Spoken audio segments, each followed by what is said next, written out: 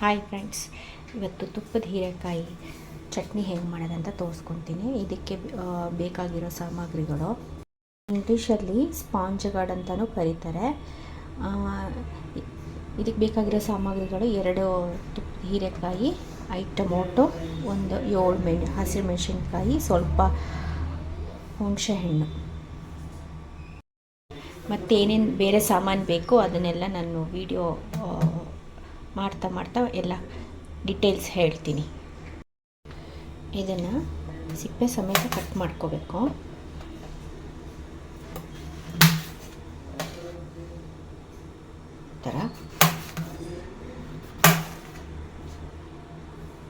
ಈ ಥರ ಚಿಕ್ಕ ಚಿಕ್ಕ ಪೀಸಸ್ ಕಟ್ ಮಾಡ್ಕೋಬೇಕು.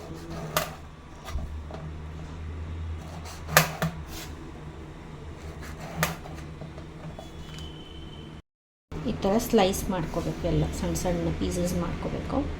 ಮತ್ತು ಟೊಮೊಟೊ ಕಟ್ ಮಾಡ್ಕೋಬೇಕು.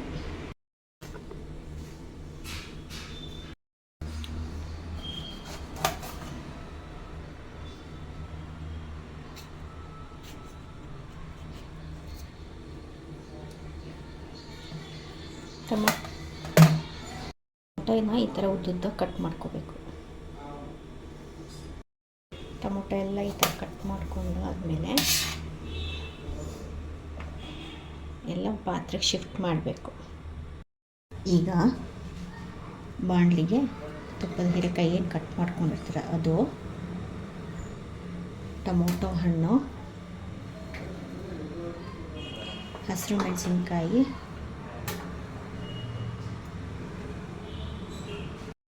ಮತ್ತು ಸ್ವಲ್ಪ ಹುಣಸೆಹಣ್ಣು ಹಾಕ್ಕೋಬೇಕು. ಆಮೇಲೆ ಸ್ವಲ್ಪ ಸಾಲ್ಟ್, 1 ಟೇಬಲ್ ಸ್ಪೂನ್, ಎಷ್ಟು ನಿಮ್ಮ ರುಚಿಗೆ ತಕ್ಕಷ್ಟು ಉಪ್ಪು, ಮತ್ತು ಸ್ವಲ್ಪ ಎಣ್ಣೆ, ಸ್ವಲ್ಪ ಎಣ್ಣೆ ಹಾಕಬೇಕು. 1-2 ಟೇಬಲ್ ಸ್ಪೂನ್ ಅಷ್ಟು ಎಣ್ಣೆ ಹಾಕಬೇಕು. ಗ್ಯಾಸ್ ಆನ್ ಮಾಡಿ ಸಿಮ್ಮಲ್ಲಿಟ್ಟು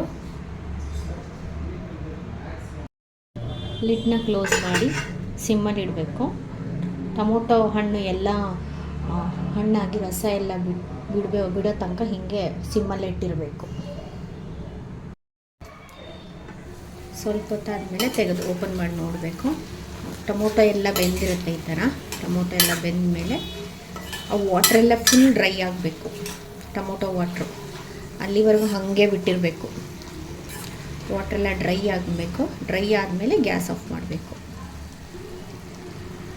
ಫುಲ್ಲು ಟೊಮೊಟೊ ನೀರೆಲ್ಲ ಫುಲ್ ಇಂಗಬೇಕು, ಫುಲ್ಲು ಡ್ರೈ ಆಗಬೇಕು. ಈ ಥರ ಫುಲ್ ಕಂಪ್ಲೀಟ್ ಬೇಯಬೇಕು. ಟೊಮೊಟೊ, ಹೀರೆಕಾಯಿ, ಹಸಿರು ಮೆಣಸಿನ್ಕಾಯಿ ಎಲ್ಲ ಚೆನ್ನಾಗಿ ಬೇಯಬೇಕು. ಬೆಂದಾದಮೇಲೆ ಗ್ಯಾಸ್ ಆಫ್ ಮಾಡಬೇಕು. ಇವಾಗ ಗ್ಯಾಸ್ ಆಫ್ ಮಾಡಬೇಕು ಈ ಸ್ಟೇಜಲ್ಲಿ.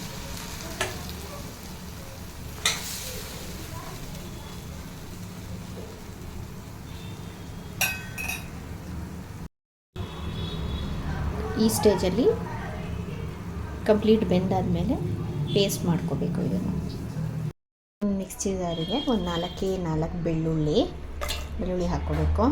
ಸ್ವಲ್ಪ ಜೀರಿಗೆ, ಒಂದು ಸ್ವಲ್ಪ ತೆಂಗಿನಕಾಯಿ ಹಾಕಬೇಕು. ಸ್ವಲ್ಪನೇ ಹಾಕಬೇಕು, ಜಾಸ್ತಿ ಹಾಕ್ಕೋಬಾರ್ದು.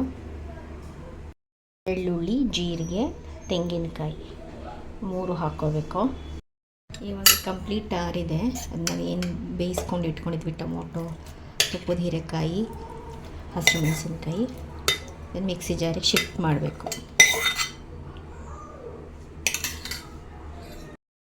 ಪೇಸ್ಟ್ ಮಾಡಬೇಕು. ಇದನ್ನು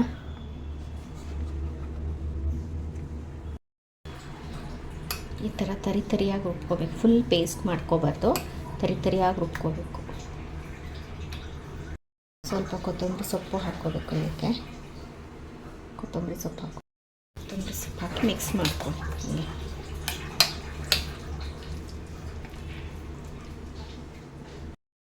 ಲಾಸ್ಟಿಗೆ ಒಗ್ಗರಣೆ ಹಾಕ್ಕೋಬೇಕು.